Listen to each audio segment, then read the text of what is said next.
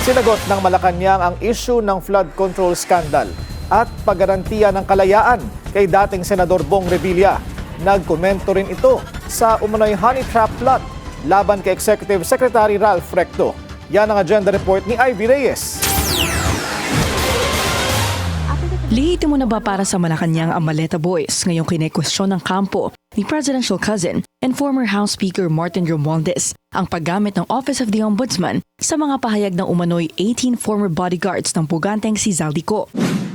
On our part, nandun pa rin po tayo na walang pinagbabasihan ang mga kwento ng Maleta Boys. Kung ano po ang nakita ng Office of the Ombudsman patungkol sa kaso ni dating Speaker Romualdez, hindi po natin yan panghihimasukan. Noong Hunyo lang, matapos tawaging basurero ang Maleta Boys, mismong Malacanang ang nagsabing ang testimonies ng 18 lalaki ay butas-butas, walang pinanggalingan at walang basehan. Para sa kampo ni Romualdez, dahil Malacanang at Justice Department na ang nag-discredit sa Maleta Boys, bakit daw gagamitin ng Ombudsman ang mga testimonyang kasalukuyang humaharap sa perjury charges?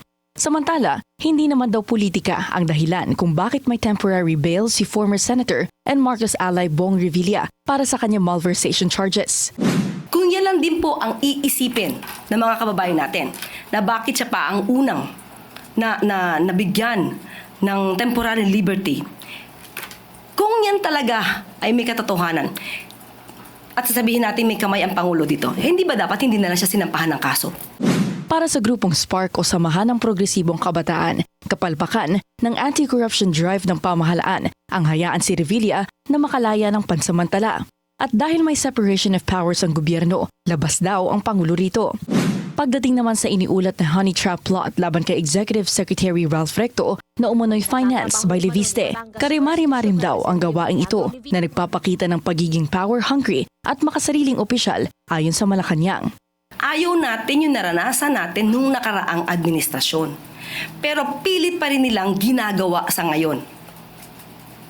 Hindi ito unang beses. Madami na tayong nakita, marami na tayong naobserbahan na yung ibang mga inilalatag nilang mga di umanong testigo ay gawa-gawa lamang. Hindi daw dapat karahasan at rampant na pagsisinungaling ang kalakihan ng kabataang Pilipino ayon sa palasyo. Kaya kung mayroon man daw nagpapagulo sa bansa, hindi ang presidente iyon dahil nasa hani ng mga Duterte ang itinuturo ng investigating bodies. Para sa agenda, Ivy Reyes, Billionaire News Channel. Manatiling nakatutok sa Billionaire News Channel, sumubaybay sa aming social media accounts at mag-subscribe sa aming YouTube channel para sa mga eksklusibong balita at storya.